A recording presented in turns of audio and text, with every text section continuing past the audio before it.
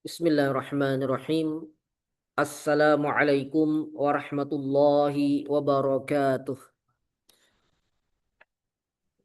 Alhamdulillahi rabbil alamin wa bihi nasta'in ala umurid dunya waddin.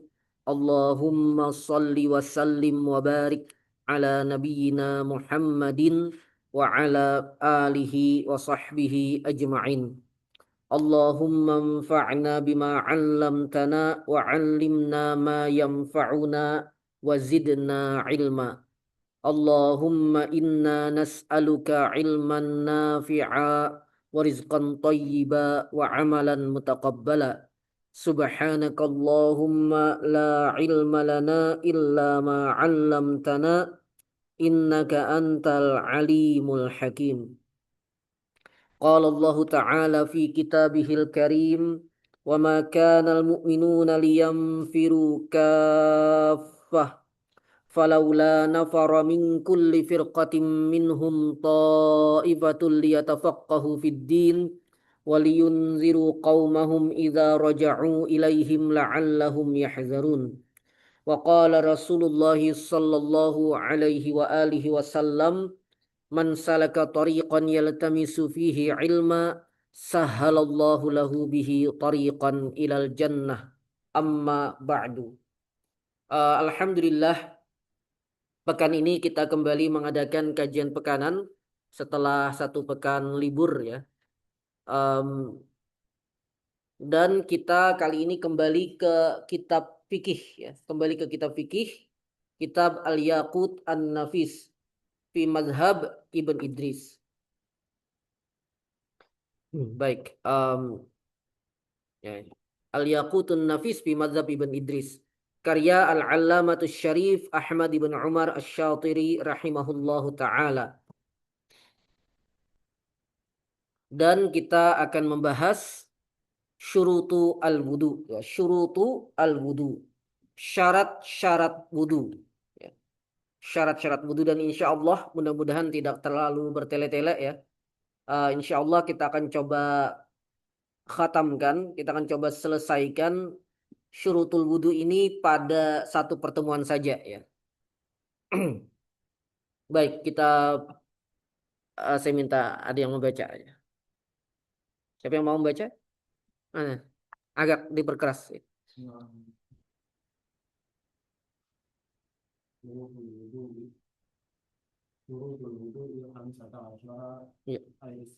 Al-Islamu wat-tamyizu wan-nafa'u anil-qaidi wan-nifasi wa amma yamna'u wasulal ma'i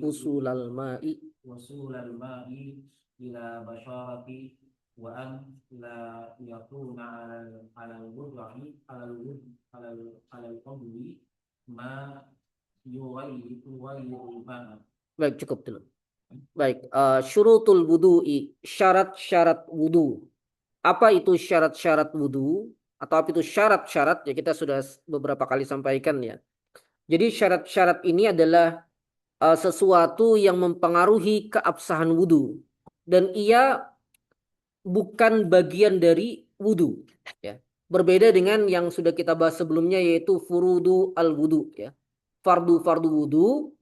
Sebelumnya yang ada 6. Sebelum mashul khuffain ya. Karena mashul khuffain di sini diletakkan di sela-sela, karena mashul khuffain itu mulhaq ya dari ghaslur rijlain ya. Jadi mengapa mashul khuffain kita bahas sebelumnya setelah fardu wudu? Karena mashul khuffain itu bagian dari fardu wudu ya. Ia bagian dari fardu wudu, hanya saja pada kasus khusus gitu. Jadi fardu wudu ada 6, salah satunya adalah membasuh kaki. Nah, kemudian ada pengganti membasuh kaki, yaitu mashu al-khuffaini. Jadi mashul khuffaini itu kalau kita bawa dalam cakupan bahasannya, ia masih dalam furudul wudu. Nah, setelah furudul wudu, yang itu juga sama-sama mempengaruhi ya, keabsahan wudu. Jadi yang mempengaruhi keabsahan wudu itu kan fardu dan syarat ya, atau syarat dan rukun kita seringnya. Jadi furudul wudu itu juga nama lainnya adalah arkanul wudu ya, rukun-rukun wudu. Dan beda rukun dengan syarat adalah kalau rukun itu bagian dari aktivitas itu, ya, rukun wudu berarti bagian dari aktivitas wudhu. Aktivitas wudhu. Jadi aktivitas yang kita lakukan saat wudhu. Dan aktivitas wudhu sendiri kan terbagi menjadi dua ya. Yaitu ada fardu, ada sunan. Sunnah-sunnah. Yang nanti akan kita bahas gitu. Jadi dua-duanya itu diperintahkan untuk dilakukan. Baik fardu maupun sunnah sama-sama diperintahkan untuk dilakukan. Bedanya hanyalah yang satu kalau ditinggalkan wudhunya tidak sah, sedangkan yang satu lagi wudhunya sah. Ya. Makanya kalau ada orang bertanya, inda Syafi'iyah, menurut Syafi'iyah, kalau seseorang tidak berkumur-kumur dan istinsyak saat wudhu, apakah wudhunya sah? Jawabannya sah. Karena apa? Karena al-madmadatu wal istinsyaku itu bukan fardu wudhu, melainkan sunnah wudhu. Karena ia hanya sunnah wudhu, maka tetap dianjurkan untuk dilakukan, tapi tidak berpengaruh kepada keabsahan wudhu. Ya. Nah kemudian ada lagi syarat. Syarat ini juga berpengaruh terhadap keabsahan wudhu, tapi ia bukan bagian dari aktivitas wudhu. Melainkan hal-hal yang memang sudah perlu disiapkan, ya, sudah perlu kita wujudkan sebelum melakukan aktivitas wudhu. Yang artinya, jika salah satu syarat ini tidak terpenuhi, maka wudhu kita tidak sah. Ya. Nah, syurutul wudhu'i, syarat-syarat wudhu di sini disebutkan ada 15 ya, ada 15 syarat ya. Syarat-syarat wudhu ada 15 syarat. Al-awwalu yang pertama ya, syurutul wudhu'i khamsata asyara, ya, syarat-syarat wudhu ada 15. Yang pertama al-islamu, Islam bil fi'li. Jadi tidak sah wudhu yang dilakukan oleh orang kafir ya. Baik kafir asli maupun murtad. Karena apa? Karena wudhu itu bagian dari ibadah. Sedangkan orang kafir bukan ahli ibadah. Karena syarat ibadah itu perlu niat. Dan niat syaratnya adalah Islam. Ya. Syaratnya adalah Islam. Jadi ibadah itu perlu niat. Dan niat itu mensyaratkan Islam. Artinya tidak sah niat seseorang yang tidak muslim. Karena itu syarat wudhu adalah Islam. Kalau kita mau ilustrasikan, seseorang belum masuk Islam, kemudian dia sudah belajar Islam, belum masuk Islam, kemudian dia berwudu, setelah itu dia masuk Islam, maka kalau dia mau sholat atau hal-hal lain yang membutuhkan wudu, dia wajib wudu lagi. Karena wudunya sebelum Islam itu tidak sah, gitu ya, tidak sah. Baik, kemudian yang kedua syaratnya lewat tamyizu, tamyiz.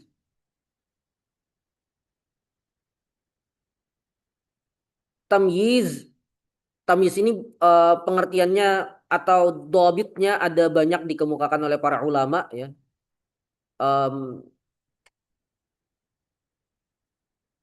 Nah di catatan kaki kitab Al-Yaqut An-Nafis dikatakan ada pendapat yang mengatakan bahwa tamyiz itu adalah dia bisa memahami perkataan orang lain ya, dia bisa diajak berkomunikasi gitu. Jadi dia memahami perkataan orang dan dia bisa menanggapi gitu. Itu tamyiz gitu. Ada juga yang mengatakan tamyiz itu adalah makan sendiri, minum sendiri dan cebok sendiri. Dan cebok sendiri. Wahwal ahsan kata kata apa dalam catatan kaki itu yang bagus gitu ya. Ada juga pendapat-pendapat yang lain gitu ya. Ada yang bisa membedakan kanan dan kiri dan seterusnya. Intinya tamyiz itu keadaan seorang anak sebelum baligh yang sudah memahami eh apa ya istilahnya ya ya sudah memahami khitab lah mungkin ya. Meskipun tadi yang dijadikan dobit yang dianggap lebih baik ya dan itu juga yang disebutkan oleh penulis Mu'nisul Jalis adalah bisa makan, minum dan cebok sendiri gitu. Itu yang dianggap sebagai dobit dari tamyiz. Cuma dobit satunya lagi yang tadi disebutkan yaitu bisa diajak berkomunikasi dengan baik itu juga tampaknya cukup ya karena tamyiz ini kan terkait dengan ya dia bisa melakukan dengan eh, dorongannya sendiri gitu. Meskipun ya belum sampai derajat taklif ya, belum sampai derajat baligh gitu. Nah, disyaratkan tamyiz karena wudhu itu ibadah dan orang yang belum tamyiz ya misalnya bayi atau batita gitu yang belum bisa masih hidup dengan dunianya sendiri atau orang gila misalnya. Nah, dia belum tamyiz dan dia tidak sah ibadahnya gitu. Ya, tidak sah ibadahnya karena itu em, tidak sah juga wudunya ya. Tidak sah juga wudunya. Jadi syaratnya tamyiz. Usia tamyiz ini sebenarnya tidak ada batasan nih, karena yang lebih penting adalah terpenuhi dhabit tadi, terpenuhi ketentuan tadi ya. Cuma banyak ulama yang mengatakan umumnya itu usia 7 tahun. Umumnya usia 7 tahun. Dan karena itu juga misalnya Nabi SAW memerintahkan untuk menyuruh anak usia 7 tahun untuk sholat gitu. Mengapa bukan usia sebelumnya? Ya karena mungkin usia sebelum itu dianggap belum belum memahami khitab dengan baik gitu. Nah, saat usia 7 tahun sudah bisa. Ya, sudah bisa. Cuma lagi-lagi itu bukan ketentuan pasti ya. Bukan ketentuan pasti, cuma sebagai gambaran saja. Nah, itu syarat sah wudhu. Kemudian berikutnya, tidak ada hal-hal yang menafikan keabsahan wudhu ya. Eh, misalnya adalah haid dan nifas ya. Haid dan nifas dan seterusnya. Makanya disyaratkan an-naqa'u 'anil haidhi wan nifasi ya, suci dari haid dan nifas. Suci dari haid dan nifas. Dan hal-hal yang memutuskan em, hal-hal yang memutuskan wudhu, yang menyebutkan wajib wudhu. Ini kata penulis Mukhnisul Jalis. Jadi hal-hal yang menafikan keabsahan wudhu, haid, nifas, termasuk diantaranya em, kencing, menyentuh kemaluan, ya, menyentuh menyentuh perempuan non mahram, ya. Nah, pada keadaan itu wudhunya tidak sah. Maksudnya kalau dia sambil wudhu sambil melakukannya ya. Karena menyentuh mahram itu kan, menyentuh non mahram itu kan tidak terus-terusan ya, pasti sambil gitu ya. Itu yang tidak sah ya. Nah, cuma memang di sini disebutkan haid dan nifas karena lama ya. Kalau kencing tadi kan juga masa sih sambil wudhu sambil kencing gitu. Cuma kalau wudhu setelah kencing sebelum istinja itu sah ya. Wudhu setelah kencing sebelum istinja itu sah. Jadi seseorang misalnya ya, misal aja kencing gitu. Selesai kencingnya tapi ya kalau masih kencing tidak sah wudhunya ya. Tapi kalau sudah selesai kencingnya, setelah itu dia wudhu dulu. Iseng sekali ya. Tapi anggap dia wudhu dulu. Kemudian setelah itu dia baru bersihkan, baru istinja, setelah itu sah wudhunya. Karena yang tidak menyebutkan tidak sah kalau lagi kencing atau lagi menyentuh non mahram ya. Nah, termasuk juga lagi haid dan nifas karena semuanya ini adalah hal-hal yang menafikan keabsahan wudhu ya. Maka syarat wudhu harus tidak ada itu ya. Dan di sini disebutkan secara khusus haid dan nifas karena waktunya panjang ya. Wan naqa'u 'anil haidhi wan nifas. Jadi suci dari haid dan nifas. Artinya kalau seseorang sedang haid dan nifas maka wudhunya tidak sah ya, wudhunya tidak sah.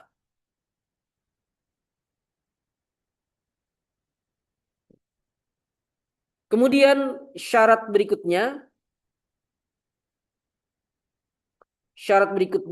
wa amma yamna'u wusulal ma'i ilal basyarati ya.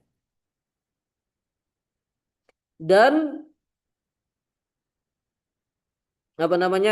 suci atau aman gitu ya. Aman dari hal-hal yang mencegah sampainya air ke kulit. Karena kan wudhu itu kan menyampaikan air ke anggota wudhu ya.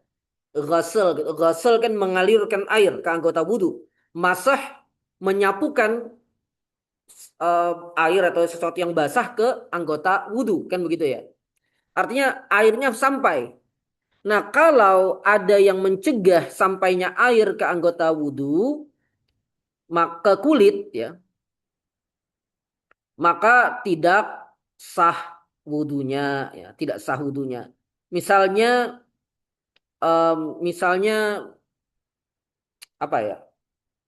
Lilin misalnya ya, di kulit gitu yang menyebabkan air tidak sampai ke kulit. Air tidak sampai ke kulit atau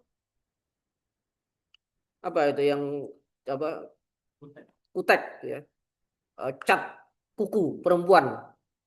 Tapi ada juga yang ini ya, yang tembus air ya. Kalau tembus air tidak apa-apa. Tapi ada yang memang tidak tembus air. Nah, yang seperti itu eh kalau ada di kulit itu menyebabkan wudunya tidak sah.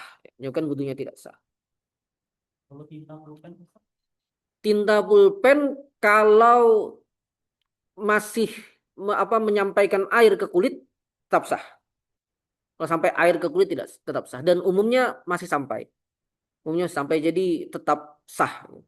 Kecuali kalau ada mungkin jenis tinta tertentu yang memang sebenarnya kan bisa kelihatan gitu ya. Kalau sesuatu itu memang menghalangi kulit, biasanya dia berbeda gitu dengan tekstur kulit. Tekstur benda itu berbeda dengan tekstur kulit gitu ya. Tapi kalau tinta pulpen itu kan tekstur kulitnya masih kelihatan ya. Nah, itu biasanya tebus air itu. Biasanya karena kena ke kulit gitu. Baik. Em,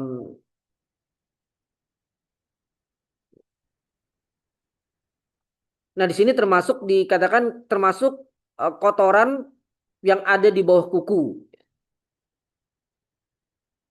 Termasuk kotoran yang di bawah kuku. Makanya perlu dibersihkan di sini.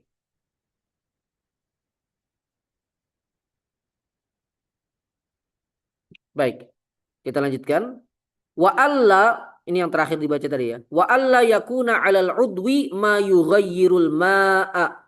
Dan tidak ada pada anggota wudhu sesuatu yang bisa mengubah air. Yang mengubah air menyebabkan air itu kehilangan sifatnya sebagai air. Misalnya sabun. Jadi kalau di kulit itu ada sabun ya. Kalau di tangan kita ada sabun misalnya, kemudian kita alirkan air ke bagian itu, maka wudhunya tidak sah di situ, di bagian situ ya. Makanya sempat ramai dulu karena syarat wudhu ini juga syarat mandi ya. Syarat mandi juga. Em, ya sama gitu. Nah, kemarin sempat ramai, bukan kemarin ya, bukan kemarin sekali ya. Maksudnya beberapa waktu lalu sempat ramai tentang tidak sahnya mandi janabah yang pakai sabun gitu. Sempat ramai ya. Benar kan? Jadi kayaknya kalau mandi janabah dengan sabun itu tidak sah. Dan betul kalau memang mandinya irit ya. Tapi mandi orang kita tidak irit ya. Jadi insya Allah tetap tetap sah. Ada beberapa cara supaya sah. Eh, yang pertama adalah mandi pakai air dulu sampai seluruh badan semuanya kena. Setelah itu sabunan tidak apa-apa kan? Ya. Atau yang kedua sabunan dulu mungkin sampai kemudian disiram air sampai hilang sabunnya dari badan. Setelah itu baru siram sekali lagi sebagai niat mandi janabah itu sah. Dan orang kita biasa aja mandi begitu. Ya. Nah, tapi kalau di negeri-negeri yang hemat air ya, yang mereka bahkan mungkin mandinya tidak setiap hari, memang kadang-kadang memang sekali aja gitu ya, sekali atau ya, dan itu pun tidak sah gitu. Jadi misalnya di badan itu masih penuh sabun, disiram air, kan air yang mengenai badan kita itu bercampur dengan sabunnya, bercampur dengan sabunnya. Maka air yang bercampur dengan sabun itu kan tidak lagi disebut sebagai alma, ya, tidak disebut lagi sebagai air. Nah, maka yang seperti itu tidak sah, paham ya, tidak sah. Demikian juga campuran-campuran yang lain. Kalau ada yang iseng misalnya badannya apa ya, em, kopi gitu, ada bubuk kopi disiram misalnya. Ya begitulah. Ini mirip saja dengan pembahasan air yang suci dan tidak menyucikan ya, dan sudah kita pernah bahas ya. Nah, air yang karena dan nanti akan dibahas juga syarat airnya al-ma'ut tahur ya, air yang suci menyucikan. Nah, air yang eh, tidak bisa menyucikan, yaitu air yang kehilangan sifatnya sebagai air, maka tidak bisa digunakan untuk berwudu. Demikian juga kalau keadaannya itu yang membuatnya kehilangan sifat air itu adalah di kulit kita, di anggota wudhu kita. Ya, maka itu juga membuat wudhunya tidak sah. Dan ini cukup jelas ya. Cukup jelas insya Allah. Makanya di beberapa referensi tidak sebanyak ini ya, tidak sampai 15 ya. Tidak sampai 15 syarat-syarat wudhu. Ya ini anulah. Bahkan di beberapa referensi juga pembahasan syarat wudhu tidak disebutkan secara spesifik ya. Karena kadang ia masuk sudah pada pembahasan fardu wudhu gitu. Um, Misalnya sih kan jariyul ma ala jami'il udwi. Nah itu kan bisa dimasukkan ke dalam fardu wudhu bahwa ya namanya ghusl itu begitu gitu. Nah cuma ini boleh katakan ini yang diperinci gitu ya. Baik, selesai tadi yang dibaca, silahkan dilanjutkan. Antum lagi kan baca, lanjutkan aja.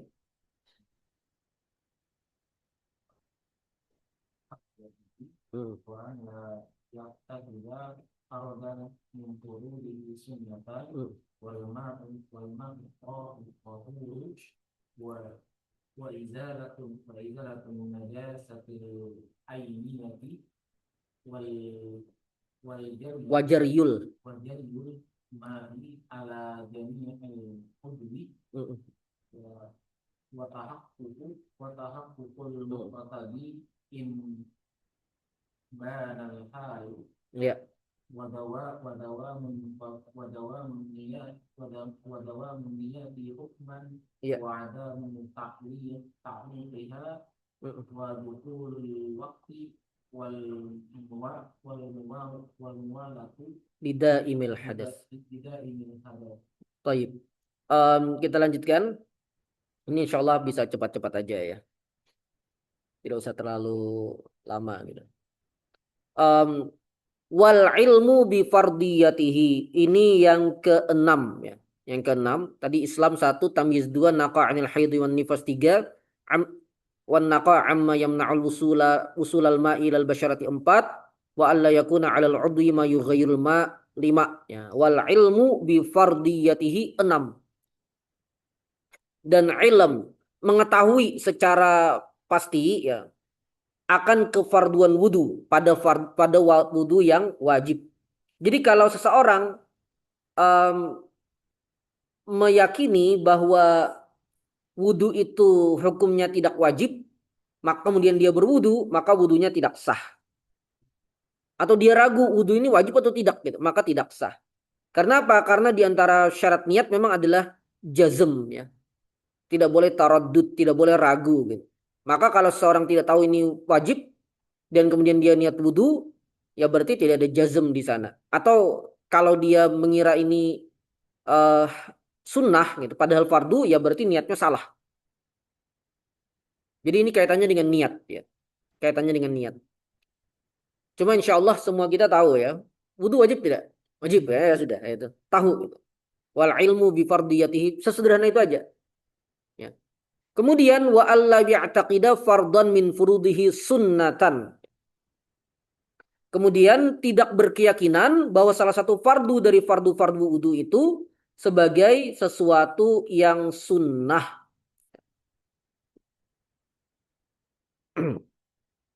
Tidak meyakini salah satu fardu, misalnya membasuh wajah, sebagai sesuatu yang sunnah. Nah, di sini ada beberapa perincian ya. Kalau seseorang meyakini bahwa semua aktivitas wudu itu fardu, wudunya tetap sah. Meskipun faktanya sunnah. Meskipun faktanya sunnah, kemudian dia yakini itu sebagai sesuatu yang fardu, wudunya tetap sah. Gitu ya. Wudunya tetap sah. Karena apa? Karena dengan dia meyakini itu fardu, dia akan melakukannya. Dia akan melakukannya sehingga ya apa namanya? Ya tidak ada masalah gitu, tidak merusak wudunya. Tidak merusak wudunya. Sebaliknya kalau dia meyakini yang fardu itu sunnah, kan berarti dia menganggap itu tidak wajib dilakukan. Sehingga berpengaruh dan merusak wudunya. Paham ya? Jadi kalau dia meyakini semua aktivitas wudu itu semuanya gitu, itu fardu, maka wudunya tetap sah. Nah, kalau dia meyakini bahwa wudhu itu ada fardu dan sunnahnya, kalau dia meyakini bahwa bahwa apa namanya, bahwa wudhu itu ada fardunya, ada sunnahnya, dan dia tidak membedakan mana yang fardu, mana yang sunnah. Maksudnya dia tidak tahu mana yang fardu, mana sunnah, tapi dia tahu bahwa dalam wudhu itu ada yang fardu, ada yang sunnah. Nah, maka ini perlu diperinci. Kalau dia orang awam, maka seluruh Syafi'iyah sepakat itu sah. Kalau orangnya orang awam, wudhunya sah menurut seluruh Syafi'iyah. Atau menurut Ibnu Hajar dan Ar-Ramli, ini dua ulama uh, apa mujtahid fatwa di Syafi'iyah. Itu disepakati sah dua-duanya. Sah menurut keduanya jika orangnya orang awam. Kalau orangnya orang alim ya, kalau orangnya alim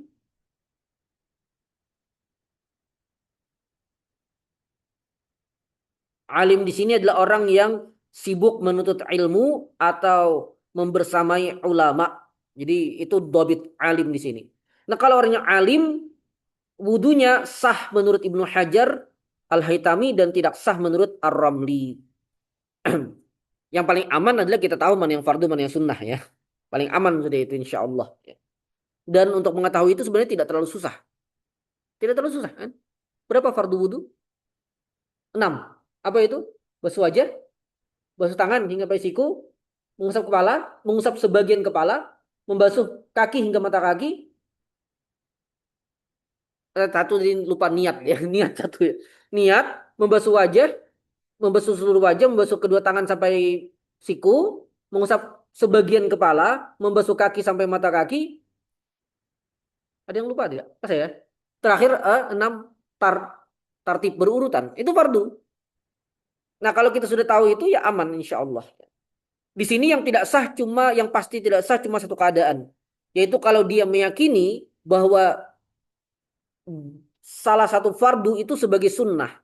Jadi antara niat membasuh wajah, membasuh tangan, mengusap sebagian kepala, membasuh kaki atau tartib gitu. Jadi kalau dia meyakini salah satu dari itu sebagai sunnah, maka wudhunya indah Syafi'iyah tidak sah. Indah Syafi'iyah.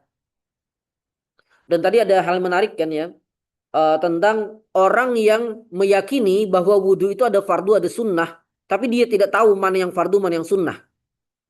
Nah, dia tidak tahu.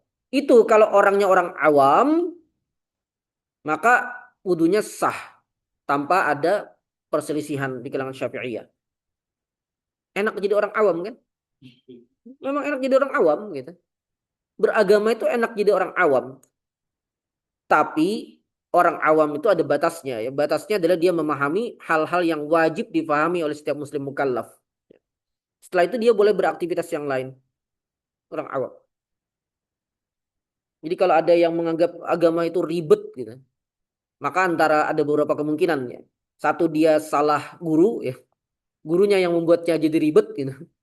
Atau yang kedua, dia yang salah faham. Kadang-kadang gurunya betul aja gitu. Dia yang salah faham gitu. Akhirnya dia pikir ribet gitu.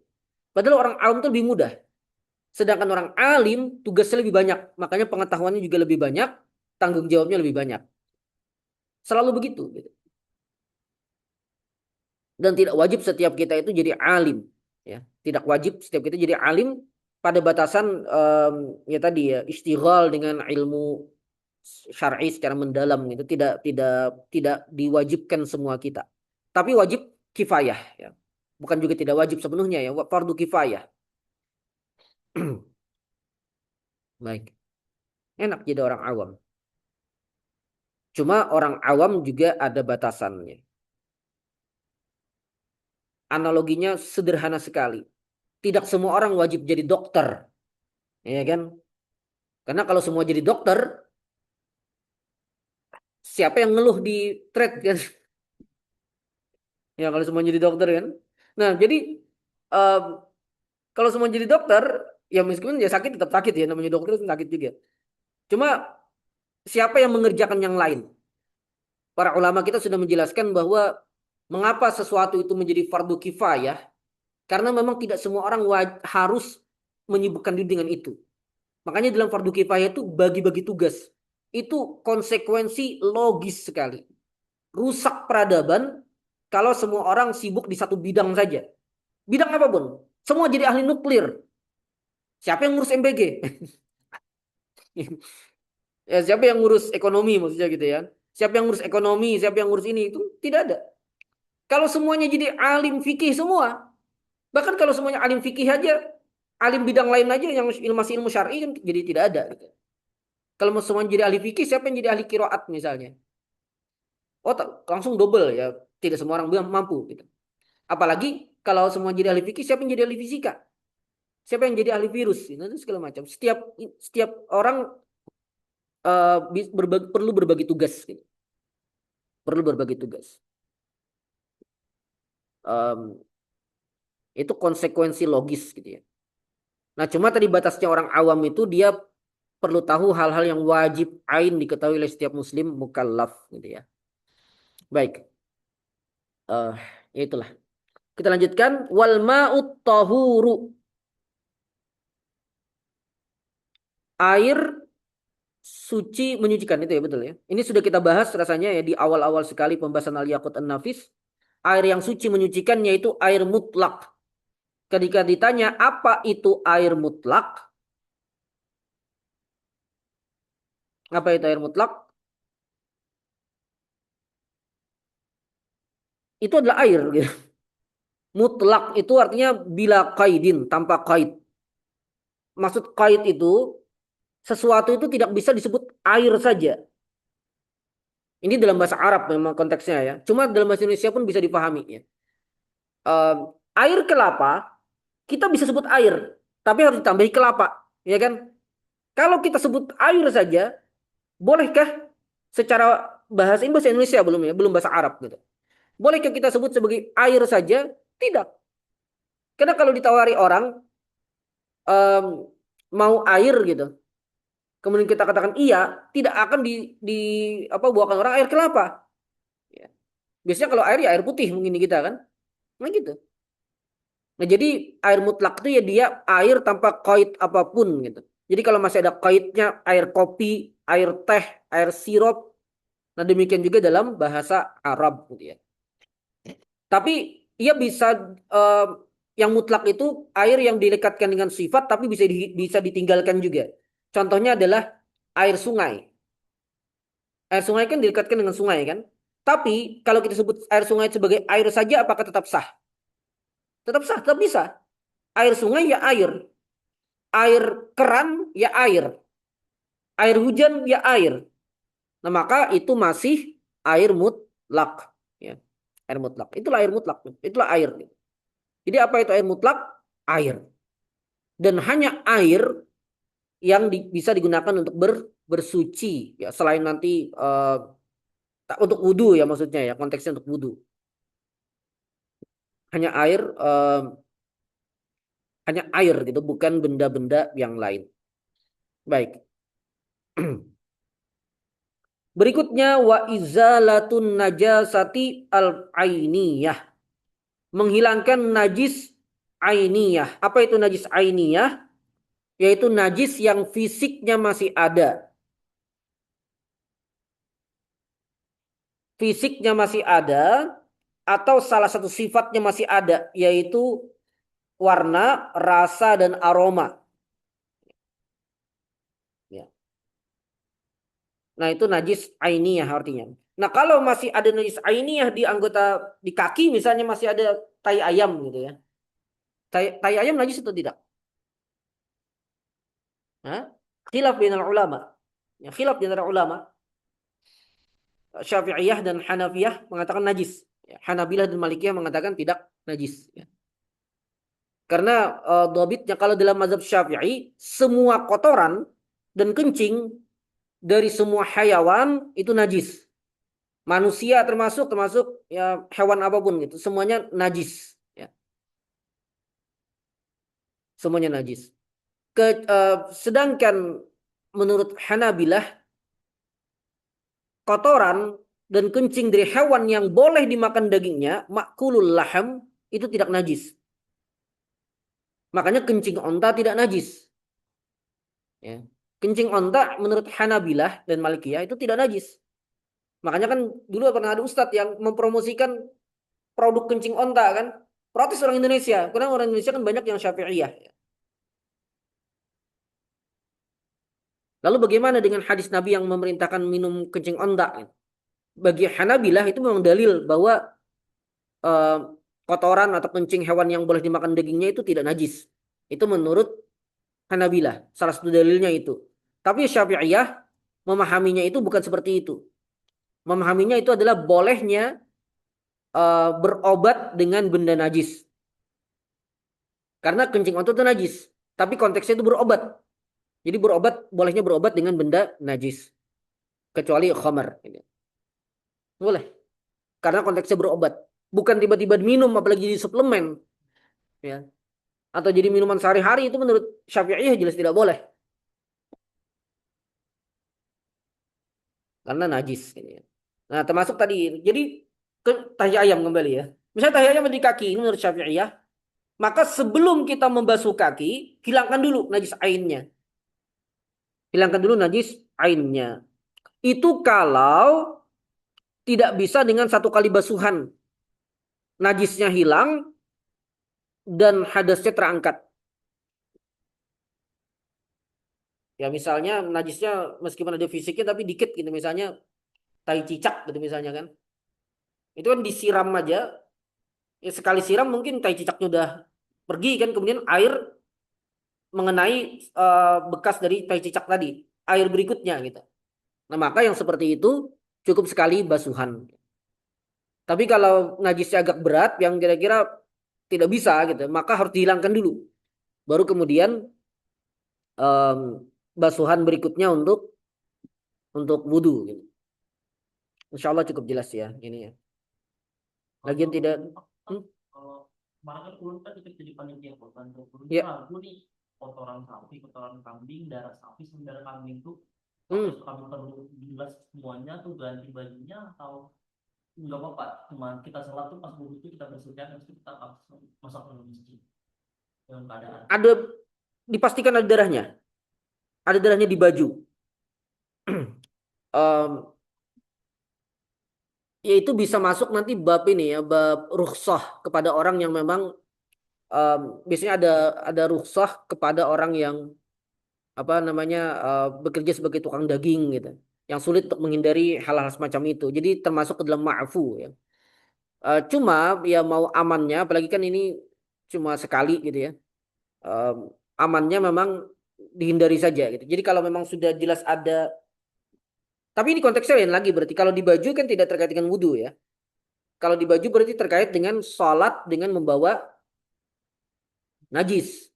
Sholat dengan membawa najis. Dan darah najis gitu. Jadi ya ganti pakaiannya. Ganti pakaiannya. Kalau ada di tangan, nah ini berarti konteksnya baru wudhu. Nah, maka harus dibersihkan dulu. Dibersihkan dulu sampai darahnya hilang baru dibasuh sebagai bagian dari wudhu. Gitu. Gitulah. Ya, gitulah. Em, ya, gitu.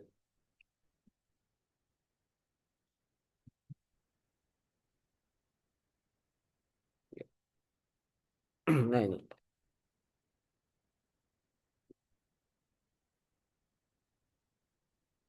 Dan ini ya sebagai informasi nanti insya Allah juga najasah, pembahasan najasah.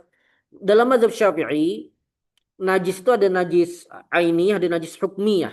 Jadi ketika najis itu sudah hilang sifat-sifatnya, fisiknya dan sifatnya hilang, ya, itu bukan berarti kemudian dia tidak lagi bernajis. Misalnya baju kita nih, pernah dipipisi sesuatu, ya, dipipisi kucing lah misalnya, baju kita. Kemudian ya dia dijemur misalnya kan, hilang teman. Nah itu masih bernajis, itu masih bernajis. Jadi harus tetap dibersihkan najisnya. Cuma karena fisiknya sudah tidak ada, cara membersihkannya jauh lebih mudah. Cukup siram sekali selesai. Kalau fisiknya masih ada kan fisiknya dihilangkan dulu gitu. Baik, nah, kita lanjut. Wajar yulma'i ala jami'il udwi dan mengalirkan air ke seluruh anggota badan. Ya. Dan ini cukup jelas ya. Ini pada yang dighasal ya, pada bagian tubuh yang dighasal. Kalau kepala memang dimasah, maka cukup ya dengan diusap kayak gini aja. Tangannya tidak menampung air. Tapi kalau anggota ini wajib wajib dibasuh gitu. Dan dibasuh itu dengan dialirkan air kepada seluruh anggota badan gitu. Em, Penulis Mu'nisul Jalis memberikan dhabit ini, cuma saya belum memastikan apakah dhabit ini memang sesuatu yang dipastikan dalam mazhab Syafi'i gitu ya. Disepakati atau tidak ini. Karena eh, ya ada yang mengkritisi gitu bahwa apa yang beliau sampaikan ini tampaknya hasil hasil kesimpulan beliau sendiri gitu. Em, Cuma ini saya sebagai gambaran aja ya. Dhabit dari air mengalir itu adalah setelah airnya kena, itu ada yang menetes dari anggota wudhu tersebut. Jadi kalau kita basuh tangan nih, kalau setelah itu ada tetesan air dari tangan itu, maka berarti betul itu mengalirkan air. Gitu. Maka betul itu mengalirkan air. Dan untuk mengalirkan air, untuk menetes itu kan tidak perlu terlalu banyak ya. Kita biasa itu pasti menetes. Pernah melihat tidak? Kita basuh wajah itu pasti ada yang menetes kan? Nah itu berarti sudah pas itu. Pasti ada yang menetes di sini sini. Gitu. Bagaimana kalau sedikit sekali?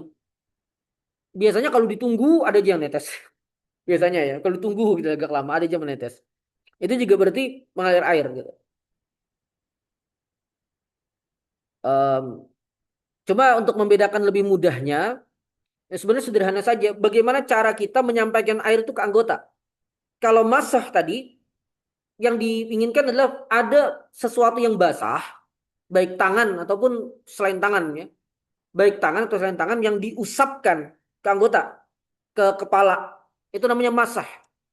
Yang penting basah tangannya ini, tidak perlu dialirkan. Sedangkan sedangkan ghusl, ini sudah kita bahas juga pada saat fardu, adalah pertama ada tampungan air. Terserah tampungan air itu mau di telapak tangan kita, mau di gayung, atau mungkin di kran ya, tapi kran pakai telapak tangan juga ya. Kemudian tampungan itu sesedikit apapun, itu kemudian kita tuangkan ke anggota. Nah, maka itu ghusl namanya. Jadi selama ada tampungan air, meskipun sedikit, kemudian kita tuangkan ke anggota wudhu yang wajib dibasuh, maka itu namanya ghusl. Cukup jelas ya. Perbedaan ghusl dengan masah. Nah, Kita kalau yang sekarang kita kayak gini, enggak. sah itu. Sah itu. Itu mengalirnya lebih mengalir lagi kalau keran itu kan. Jadi eh, mengalirnya air, bukan kita menuangkan air. Mengalirnya air. Ya. Airnya mengalir. Tidak disyaratkan harus dengan tangan kita. Jadi boleh aja dengan, dan dalam mazhab Syafi'i juga tidak disyaratkan dalk. Ya. Nanti beda dengan Maliki yang mensyaratkan dalk. Dalk itu digosok dengan tangan. Nah, ini tidak wajib yang begini. Jadi, misal kalau di sungai ya, di kampung halaman saya dulu, kita sering aja dulu wudhu pakai sungai ya. Wudhu pakai sungai, wudhu di sungai ya. Di Martapura juga banyak kan. Itu di apa samping Darussalam itu kan sungai-sungai. Em, di sini juga ada ya. Cuma sungainya di tempat wisata ya. Nah, itu kita celupkan air ke sungai. Celupkan tangan ke sungai sampai ke siku, sah itu. Kaki kita celupkan sungai, sah. Malah pasti itu airnya sampai semua. Ya kan? Satu sungai itu. Nah, itu sah. Atau keran juga. Jadi keran mengalir, kita sodorkan kaki kita, asal kena semua ya. Asal kena dari ujung jari sampai ke tumit, sampai ke mata kaki, semuanya kena air, sah. Tidak disyaratkan tangan kita menggosok-gosoknya. Nah, menggosok-gosok tangan itu uh, sunnah. Dalam mazhab Syafi'i itu sunnah. Kalau Maliki itu wajib. Ya, itu fardu. Baik. Kemudian berikutnya wa tahaqqukul muqtadi in banal halu. Tahaqquk muqtadi. terwujudnya hal yang menyebabkan eh, wajibnya wudhu. Ya. In banal hal, jika keadaannya jelas. Ya. Jika keadaannya jelas. Jadi kita berwudhu itu kan karena sebab ini kan ya, sebab eh, apa berhadas gitu ya. Karena kita berhadas, maka kita em, apa namanya? Maka kita berwudhu gitu. Nah, kalau dia ragu gitu, apakah dia sedang hadas atau tidak, ya, eh, maka tidak sah wudhunya kalau kemudian dia dengan dalam keadaan ragu itu kemudian eh, dipastikan keadaannya bahwa dia kemudian ternyata tidak atau dia sedang hadas gitu ya, dia sedang hadas. Jadi gambarannya begini, dia yakin sudah bersuci, misalnya em, seseorang yakin gitu bahwa dia sudah wudhu gitu. Kemudian setelah itu dia ragu, dia apakah berhadas atau tidak, apakah dia buang angin atau tidak. Dia ragu, lupa gitu. Kemudian dalam keadaan seperti itu dia berwudhu. Dalam keadaan ragu apakah dia berhadas atau tidak. Dia berwudhu, kemudian summa banal hal. Kemudian jelas dia ingat gitu bahwa dia berhadas. Nah, maka wudhunya tidak sah. Karena apa? Karena memang meskipun faktanya berhadas, kan faktanya dia berhadas kan? Seharusnya betul kan? Cuma masalahnya adalah ketika dia berwudhu, dia dalam keadaan syak. Niatnya tidak tidak jazm. Ini kembali lagi konteksnya ke niat. Jadi ketika kita niat berwudu wajib, ya beda bukan tajdidul wudu, ya bukan memperbarui wudu, tapi wudu wajib. Wudu yang memang untuk bisa sholat gitu kan. Nah, kita harus yakin gitu bahwa kita itu berhadas. Kalau kita masih ragu-ragu bahwa kita itu hadis atau tidak, kemudian kita berwudu dalam keadaan itu, setelah itu terbukti bahwa misalnya dia berhadas gitu, maka wudunya tetap tidak sah. Wudunya tidak sah.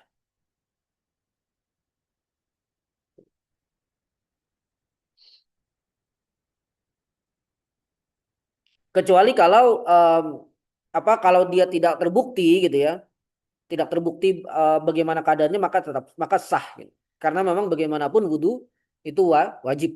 Tapi tadi kalau awalnya dia ragu, kemudian setelah itu yakin gitu bahwa dia berhadas, makanya seperti itu tidak sah gitu. Makanya sebagian ulama menganjurkan ya, sebagian ulama menganjurkan pada keadaan seperti itu mending dipastikan hadasnya. Gimana caranya? Memastikan hadas dalam keadaan itu.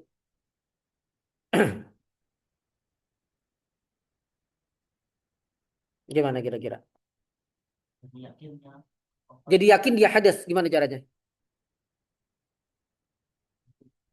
Nah, pipis, ya. Udah ke WC gitu, kencing dia. Pasti kan jadi hadas kan? Atau paksakan diri untuk keluar angin. Awalnya ragu, jadi yakin kan? Nah, itu berarti udah setelah itu wudhu. Meskipun ya ada juga yang memberi catatan bahwa ya memang betul itu lebih pasti, tapi itu memberatkan gitu. Masa orang harus dipastikan begitu terus gitu.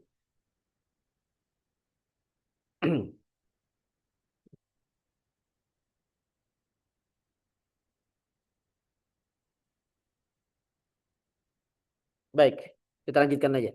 Wadawamun niyati hukman, dan dawamnya niat secara hukum ya. Dawamnya niat gitu. Jadi niatnya senantiasa ada ya, niatnya senantiasa ada. Em, jadi dia tidak meniatkan memutus wudhu.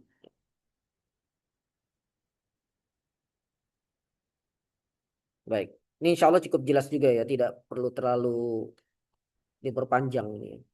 Insya Allah cukup jelas.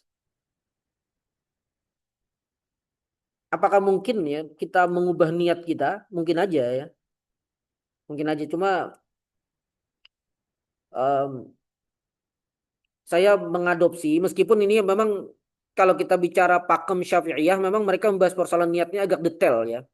Agak detail dan mungkin sebagiannya agak rumit gitu.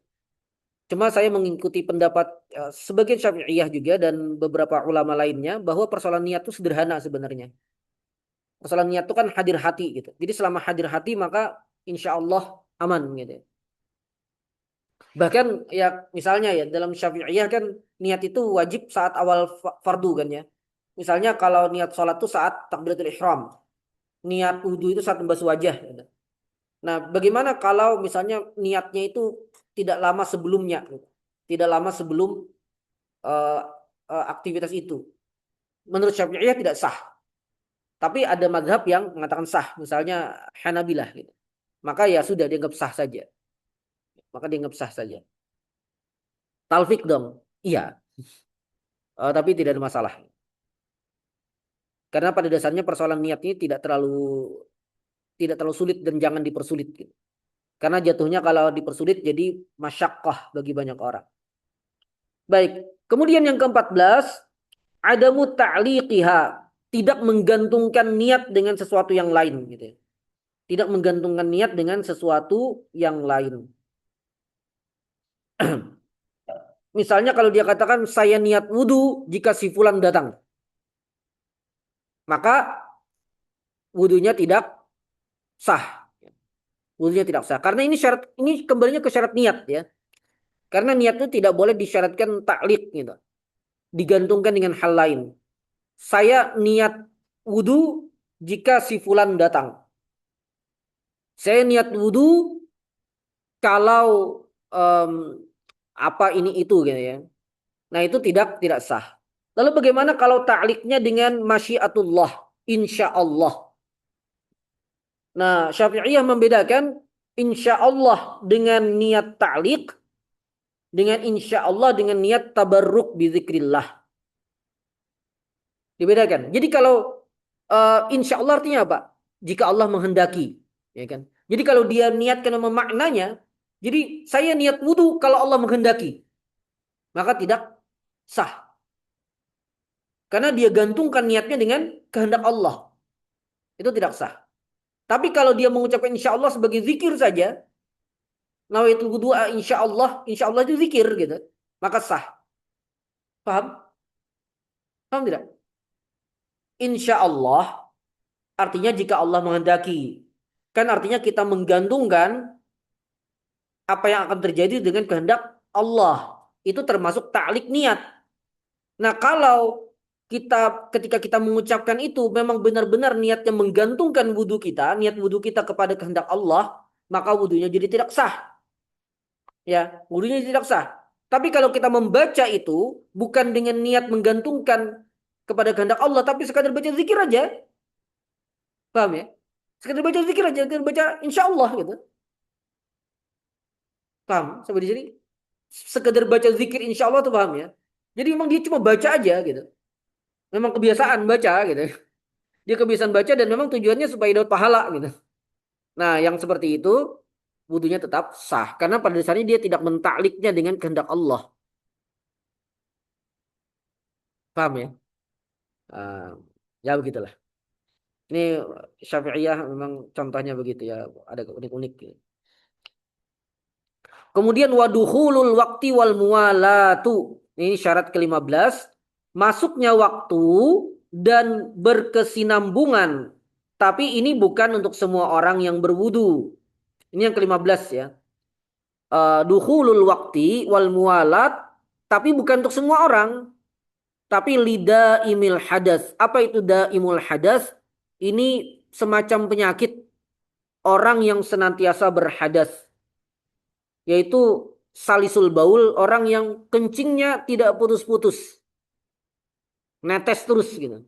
Ada kan orang yang penyakit begitu kan, orang kencingnya netes terus gitu. Dan ada yang juga mustahadah. Mustahadah itu berarti perempuan yang terus keluar darah dari kemaluannya selain darah haid dan nifas. Nah, kadang-kadang itu kan tidak bisa dikontrol. Kalau perempuan kalau haid kan jelas tidak wajib sholat ya, dan bahkan tidak boleh sholat. Kalau mustahadah kan tetap wajib sholat. Tapi itu kan satu hadas dan kedua itu kan najis itu darahnya. Kencing itu juga sama. Nah, dengan keadaan itu, kalau mereka diperintahkan salat dalam keadaan suci, itu melahirkan masyakkah. Sedangkan Islam tidak menginginkan kita jatuh pada kesulitan. Yuridullahu bikumul yusra wala yuridu bikumul usr. Allah tidak menginginkan kita jatuh pada kesulitan, tapi kita tetap diperintahkan untuk berada dalam koridor ketaatan. Karena itu ada rukhsah. Tidak juga kemudian orang yang daimul hadas ini ya sudah kamu tidak perlu sholat misalnya. Tidak, karena kan berarti menutup peluangnya untuk taat gitu kan. Jadi tetap diperintahkan sholat, hanya saja ada kekhususan. Nah, di antara kekhususannya adalah wudhunya baru dianggap sah kalau dia wudhunya dilakukan ketika waktu sholat sudah masuk. Karena apa? Karena ini keadaan darurah ya, keadaan khusus ya. Keadaan khusus sehingga dan keadaan darurah itu belum darurah kalau belum masuk waktu sholat. Kalau kita kan boleh aja kan, kita ini maghrib nih kan sebentar lagi maghrib, gitu, setengah jam lagi maghrib misalnya. Kita wudhu sekarang kan boleh. Bahkan kalau tidak tidur ya sampai subuh wudhunya juga boleh. Tidak tidur tidak hadas, wudhu yang sekarang sampai subuh juga boleh. Tapi bagi orang yang daimul hadas itu tidak boleh. Jadi dia wudhu harus segera harus dilakukan setelah masuk waktu sholat. Sebelum waktu sholat tidak ada tuntutan, tidak ada rukhsah untuk dia. Gitu. Jadi masuk dulu waktu sholat, azan maghrib nih berkumandang, baru dia boleh wudhu. Kemudian wudhunya juga harus mualah, harus berkesinambungan. Mazhab Syafi'i kan mengatakan mualah tidak wajib ya. Memang ada mazhab yang mengatakan wajib, tapi mazhab Syafi'i mengatakan mualah tidak wajib. Jadi kalau kita mau ilustrasikan, orang wudhu, dia basuh wajah, setelah itu dia makan bakso, selama dia tidak putus niat tadi kan. Dia basuh wajah, setelah itu dia makan bakso, setelah itu baru basuh tangan, wudhunya tetap sah. Ya, wudhunya tetap sah. Tidak disyaratkan mualah. Tapi bagi daimul hadas disyaratkan mualah. Jadi masuk waktu dia harus berwudu terus gitu. Jadi setelah membasuh wajah, basuh tangan. Setelah basuh tangan usap kepala. Tidak boleh ada jeda dalam waktu yang lama ya. Tidak boleh ada jeda waktu yang lama.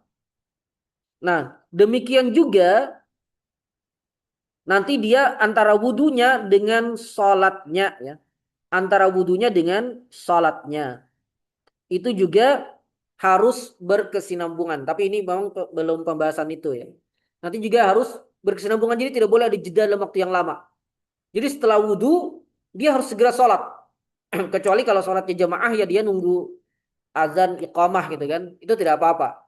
Tapi kalau sholatnya sendirian misalnya dia tidak boleh ada jeda aktivitas yang lain. Intinya tidak ada aktivitas yang lain yang me, apa, memberi jeda pada itu gitu. Karena apa ya? Karena sebenarnya dia kan hadasnya masih ada gitu ya. Cuma dia dibolehkan untuk sholat karena keadaan uzurnya tersebut gitu. Baik, selesai. Walhamdulillah. Em, saya baca dulu di chat ini.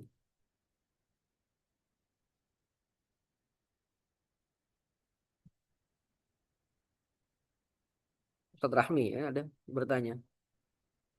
Jika misalnya ada para mekanik yang bekerja di tambang atau workshop, kemudian ketika masih melakukan perbaikan mesin, tibalah waktunya sholat.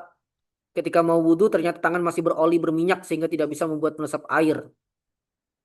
Kebetulan sabun dan semisalnya tidak ada, cuma ada air biasa. Dan solusinya hanya bisa dilap pakai kain sebisanya untuk mengurangi oli yang menempel di tangan. Akhirnya wudhu seadanya.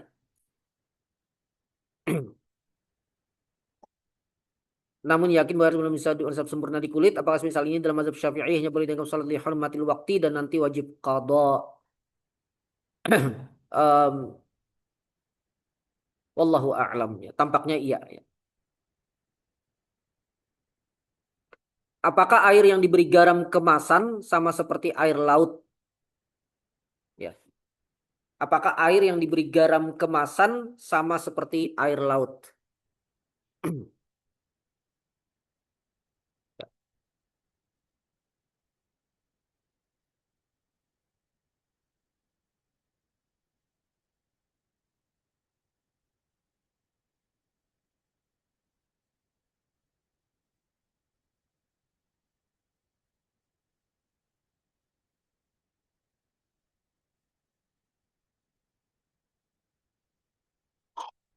Ada lagi pertanyaan ini.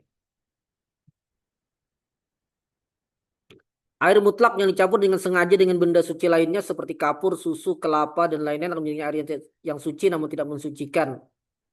Tapi air yang campur semisal tawas, kaporit untuk menjernihkan airnya seperti yang dilakukan PDAM dianggap termasuk air suci menyucikan. Em,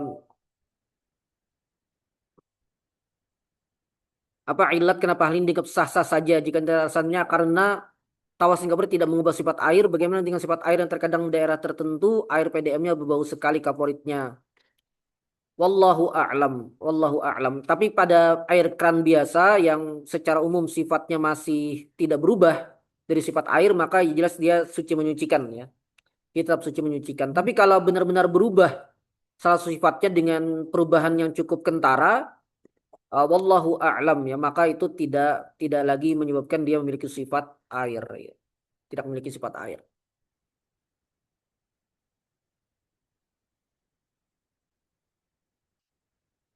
Hmm. Nah, itu dunia harus pakai air tawar itu ya, Bos.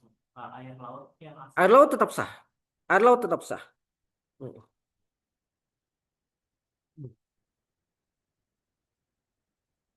Jadi kenapa ya Pak, air kelapa nggak boleh jadikan air wudhu? Kenapa? Air kelapa nggak dijadikan menjadi air wudhu? Karena Air kelapa bukan air.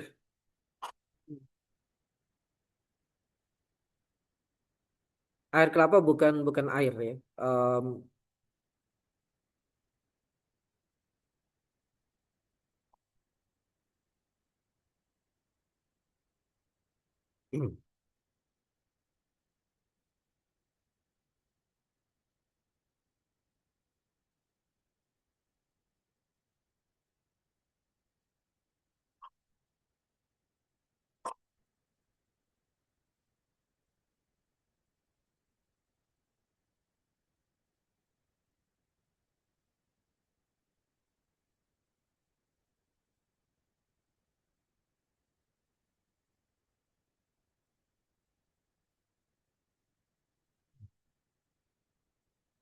Nah, ini ada pertanyaan tadi yang belum saya tanggapi ya. Air yang diberi garam kemasan sama seperti air laut. Em,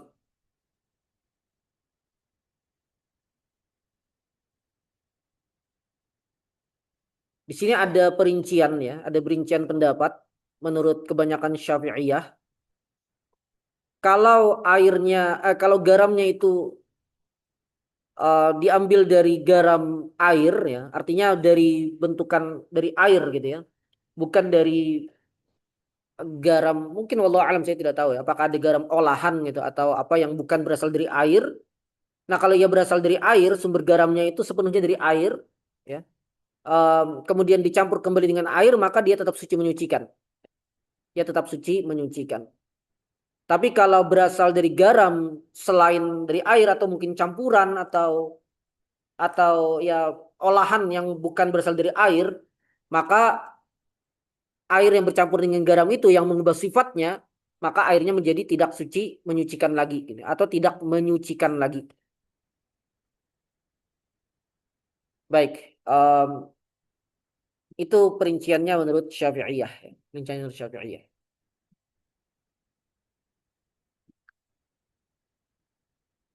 Baik.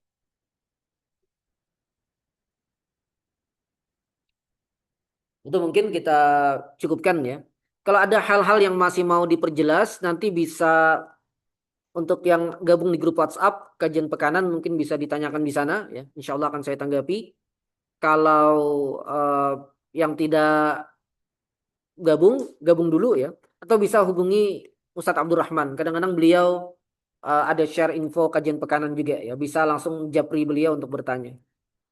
Baik, itu saja kita cukupkan. Insya Allah pekan depan kita kembali ke usul fikih ya. Kita kembali ke usul fikih, al-madkhal ila usulil fiqh.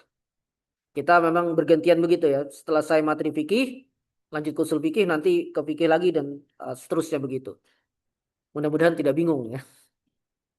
Baik, kita cukupkan. Al-afu minkum, hadanallahu wa iyyakum ajma'in. Wassalamualaikum warahmatullahi wabarakatuh. Waalaikumsalam warahmatullahi wabarakatuh. Ya Allah, Ustaz.